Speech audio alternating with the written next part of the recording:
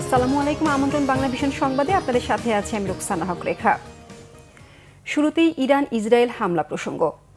ভোর না হতেই আবারও ইসরায়েলের মাটিতে ভয়াবহ মিসাইল হামলা চালিয়েছে ইরান। রবিবার ইসরায়েলের হামলায় ইরানের বিপ্লবী গার্ডের গোয়েন্দা প্রধান মোহাম্মদ কাজেমি সহ ৩ জন নিহত হওয়ায় প্রতিশোধ নিতে এই হামলা চালায় তেহরান। পাল্টাপাল্টি হামলায় দুই দেশে ৫ শতাধিক মানুষ হতাহত হয়েছে।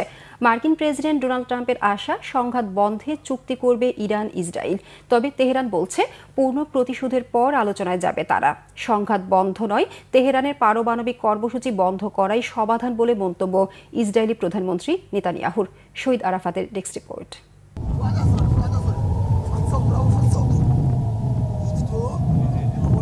প্রতিশোধ নিতে আবারও ইসরায়েলের মাটিতে ভয়াবহ মিসাইল হামলা চালিয়েছে ইরান। এসব মিসাইল আঘাত হানে তেল আবিব ও জেরুজালেম সহ দেশটির বিভিন্ন শহরে। আইডিএফ জানিয়েছে তেহরানের হামলায় ইসরায়েলের পেটা টিকবা শহর ব্যাপক ক্ষতিগ্রস্ত হয়েছে। হতাহত হয়েছে বেশ কয়েকজন। এর আগে সাইরেনের শব্দে ঘরবাড়ি ছেড়ে নিরাপদ আশ্রয়ে সরে যায় সাধারণ বাসিন্দারা। রবিবার ইসরায়েলি হামলায় ইরানের বিপ্লবী গার্ডের গোয়েন্দা প্রধান মোহাম্মদ কাজিমি সহ ৩ কর্মকর্তা নিহত হন। এরপরই প্রতিশোধ নিতে সোমবার ভোর থেকে শক্তিশালী এ মিসাইল হামলা শুরু করে ইরান।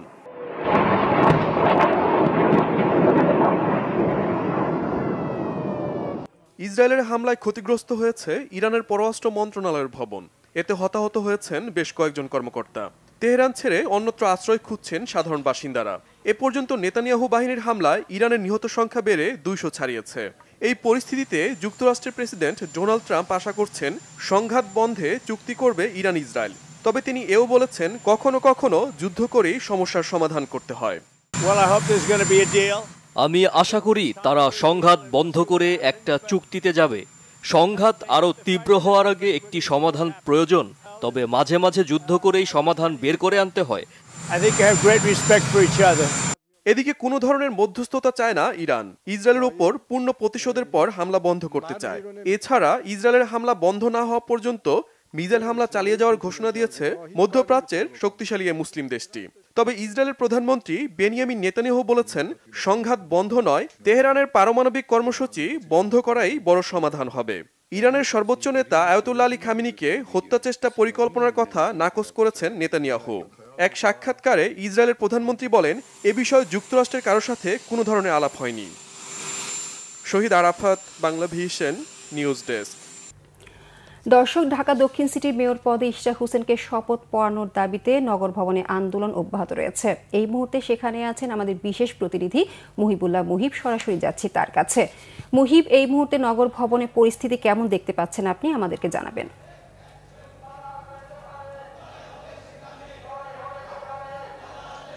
রেখা, এই মুহূর্তে আমি রয়েছি ঢাকা দক্ষিণ সিটি কর্পোরেশনের সামনে। আপনি নিশ্চয়ই জানেন যে দীর্ঘদিন ধরে ঢাকা সিটি কর্পোরেশনের দক্ষিণ সিটি কর্পোরেশনের যে অচল অবস্থা সেটি কিন্তু এখনো অব্যাহত রয়েছে। তবে নাগরিক যেই সব সেবা রয়েছে সেগুলো কিন্তু গতকাল থেকে চলছে। আপনি নিশ্চয়ই জানেন যে ঢাকা দক্ষিণ সিটি কর্পোরেশন নির্বাচনে ২০২০ সালে নানান ধরনের অনিয়ম, কারচুপি, জালিয়াতির অভিযোগে মামলা করেছিলেন বিএনপি সমর্থিত প্রার্থী ইশরাক হোসেন। তার মামলার যেই রায়, সেই মামলার রায় হওয়ার পরে মূলত নির্বাচন কমিশন গেজেট প্রকাশ করেছিল যে ইশরাক হোসেনকে যাতে মেয়রের দায়িত্ব বুঝিয়ে দেওয়া হয়। কিন্তু যদিও সাংবিধানিক প্রতিষ্ঠান নির্বাচন কমিশনের গেজেট প্রকাশের পর স্থানীয় সরকার মন্ত্রণালয়ের দায়িত্ব ছিল সেই মেয়র হিসাবে ইশরাক হোসেনকে শপথ পড়ানোর আয়োজন করা, কিন্তু সেটি না করে বরং আদালতের অনেকটাই রায়কে অবজ্ঞা করেছেন, এমনটাই মনে করছেন যে ঢাকা দক্ষিণ সিটি কর্পোরেশনের বাসিন্দারা। এবং তারই ধারাবাহিকতায় তারা কিন্তু আন্দোলন করে যাচ্ছেন এবং বলছেন যে আদালতের রায় এবং অন্যদিকে যে নির্বাচন কমিশনের যে গেজেট রয়েছে সেই গেজেট অনুসারে দ্রুত সময়ের মধ্যে ইশরাক হোসেনকে মেয়র হিসাবে দায়িত্ব বুঝিয়ে দিতে হবে। এবং সেই দাবিতেই কিন্তু মুহুর্মুহু স্লোগান চলছে এবং ঢাকা দক্ষিণ সিটি কর্পোরেশনের কর্মকর্তা কর্মচারীরা যেমন রয়েছে, একই সঙ্গে এই আন্দোলনে সম্পৃক্ত হচ্ছেন পুরান ঢাকার সাধারণ ভোটাররা। এবং তারা যেটি বলছেন যে যতক্ষণ পর্যন্ত তাদের দাবি আদায় না হবে ততক্ষণ পর্যন্ত তাদের এই আন্দোলন অব্যাহত রাখবেন এবং এই আন্দোলন কখন কিভাবে শেষ হবে সেটি কিন্তু এখনই নিশ্চিত করে বলা যাচ্ছে না। তবে ইশরাক হোসেন এই আন্দোলনে উপস্থিত হওয়ার কথা রয়েছে বেলা 1টার দিকে। আমরা গণমাধ্যম কর্মীরা উপস্থিত রয়েছি। পরবর্তীতে আবারও আপনাকে এই আন্দোলনের সার্বিক পরিস্থিতির তথ্য জানিয়ে দেব। রেখা। মুহিব, আপনাকে ধন্যবাদ। সিলেটের জাফলংয়ে অন্তর্বর্তীকালীন সরকারের 2 উপদেষ্টার গাড়ি বহরের গতিরোধ করে বিক্ষোভের ঘটনায় সদ্য বহিষ্কৃত যুবদল নেতা জাহিদকে প্রধান আসামি করে 159 জনের বিরুদ্ধে মামলা করেছে পুলিশ। রবিবার রাতে গোয়াইনঘাট থানার উপপরিদর্শক ওবায়দুল্লাহ বাদী হয়ে মামলাটি করেন। মামলায় 9 জনের নাম উল্লেখ করে বাকি 150 জনকে অজ্ঞাত আসামি হিসেবে দেখানো হয়েছে। গোয়াইনঘাট থানার অফিসার ইনচার্জ সরকার তোফায়েল আহমেদ জানান, মামলায় অভিযুক্তদের বিরুদ্ধে বেআইনিভাবে সংঘবদ্ধ হয়ে অবৈধভাবে গতিরোধ করে বাধা ও অবরোধ করে সরকারি কাজে বাধা দানের অভিযোগ আনা হয়। মামলায় প্রধান আসামি করা হয় ঘটনার পর বহিষ্কৃত যুবদল নেতা জাহিদ খানকে। দ্বিতীয় আসামি ইউনিয়ন ছাত্রদলের সভাপতি আজির উদ্দিন। দ্রুত অপরাধীদের ধরতে অভিযানে নেমেছে পুলিশ। গত শনিবার জাহিদ ও আজিরের নেতৃত্বে সিলেটের জাফলংয়ে পরিবেশ উপদেষ্টা সৈয়দা রিজওয়ানা হাসান ও জ্বালানি ও খনিজ সম্পদ উপদেষ্টা মোহাম্মদ ফাউজুল কবির খানের গাড়ি বহরের গতিরোধ করে বিক্ষোভের ঘটনা ঘটে। গত 5 বছরে ঠাকুরগাঁও সীমান্তে বিএসএফের গুলিতে নিহত হয়েছে অন্তত 6 জন। গত 1 বছরে মারা গেছে 2 জন। স্বজনহারা সেই পরিবারগুলোর কান্না আজও থামেনি। অনেক পরিবার উপার্জনক্ষম ব্যক্তিকে হারিয়ে আজ নিঃস্ব। সচেতনতা বৃদ্ধিতে কাজ করার পাশাপাশি পতাকা বৈঠকের মাধ্যমে বারবার ভারতকে সতর্ক করার কথা জানিয়েছে বিজিবি।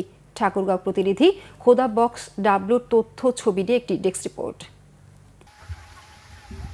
ঠাকুরগাঁওয়ের বালিয়াডাঙ্গি উপজেলার বেউরঝাড়ি সীমান্তবর্তী গ্রামের বাসিন্দা নুরুজ্জামাল 4 বছর আগে বিএসএফের গুলিতে নিহত হন। তাকে হারিয়ে এখনও শোকাহত পরিবার। একমাত্র উপার্জনক্ষম ব্যক্তি স্বামীর মৃত্যুর পর 2 ছেলে নিয়ে দিশাহারা নুরুজ্জামালের স্ত্রী আলেফা। পড়াশোনা করাতে না পেরে বড় ছেলেকে কাজে পাঠাতে বাধ্য হয়েছেন। গুলি করে দিছে, তারপরে আমার এইদিকে দাবি করতেছে লাশটাকে ইন্ডিয়া বিএসএফ লাশটা 3 দিন করে দিচ্ছে আমার স্বামীকে। এখন এই পরিবার খুব অসহায়, সরকার যদি সহযোগিতা করে তাহলে ভালো হয়। অন্যদিকে সীমান্তের ওপারে নানার বাড়ি যাওয়ার সময় গত 9 সেপ্টেম্বর বিএসএফের গুলিতে নিহত হয় 13 বছরের ছোট্ট জয়ন্ত। লাশ উদ্ধার করতে গেলে বিএসএফের গুলিতে আহত হন তার বাবা মহাদেব। না মোর ভাই চলে যা, খুবই দুঃখ, মোর বুক খালি হয়ে যায়, জানেন না। একটা তো মোর নাতি, মোর বেটা হতালা ইন্ডিয়া। বিএসএফ এমন কাজ করছে, এটা ঠিক হয়নি। করুণ পরিণতি ঠাকুরগাঁওয়ের মুন্ডুমালা সীমান্তে নিহত শাহ আলমের পরিবারে। একমাত্র ছেলেকে হারিয়ে অসুস্থ শাহ আলমের বাবা মা। এখন আমি অসুস্থ, 12 দিন 3 বেলায় আমাকে ওষুধ খাইতে হয়। দন্দুয়া পয়সা এখন ওষুধ খাওয়াবে না সংসারে দিবে, অভাব হয়, খুব অভাব হয়। এই সাপ যখন আমার ছেলেকে ধরে জেলখানায় দিত, 4 বছর পর হোক 5 বছর পর হোক আমার ছেলে আসে আমাকে বাবা করে ডাকতো, ওনার আম্মাকে আম্মা করে ডাকতো। গুলি না করার আহ্বান প্রতিটি পতাকা বৈঠকেই জানানো হয় বলে দাবি বিজিবির। ঠাকুরগাঁও জেলা পুলিশের তথ্য অনুযায়ী গত 5 বছরে পাসপোর্ট আইনে 66 মামলায় 150 জন আসামির মধ্যে 122 জনকে গ্রেফতার করা হয়। এখান থেকে যারা আমাদের পার্শ্ববর্তী দেশ ইন্ডিয়াতে অবৈধভাবে যাওয়ার চেষ্টা করে তাদেরকে বিজিবি বা পুলিশ কর্তৃক ধরা হয় এবং তাদেরকে নিয়মিত পাসপোর্ট আইনের মামলা করা হচ্ছে। আমরা বিট পুলিশিং এবং কমিউনিটি পুলিশিংয়ের মাধ্যমে তাদেরকে সচেতনতা বৃদ্ধি করার জন্য সচেতন করার জন্য চেষ্টা করছি। সীমান্ত হত্যা বন্ধে যথোপযুক্ত পদক্ষেপ নেবে সরকার, এমনটাই প্রত্যাশা জেলাবাসীর। Bangla vision news desk. এই ছিল এখনকার মতো। পরের সংবাদ বেলা 12টায় দেখার আমন্ত্রণ রইল। এছাড়া বাংলা ভিশন সংবাদ ও সংবাদ সংশ্লিষ্ট অনুষ্ঠান দেখতে ভিজিট করুন www.bvnews24.com ও facebook.com/banglavisionnews এবং সাবস্ক্রাইব করুন youtube.com/banglavisionnews। ধন্যবাদ সবাইকে।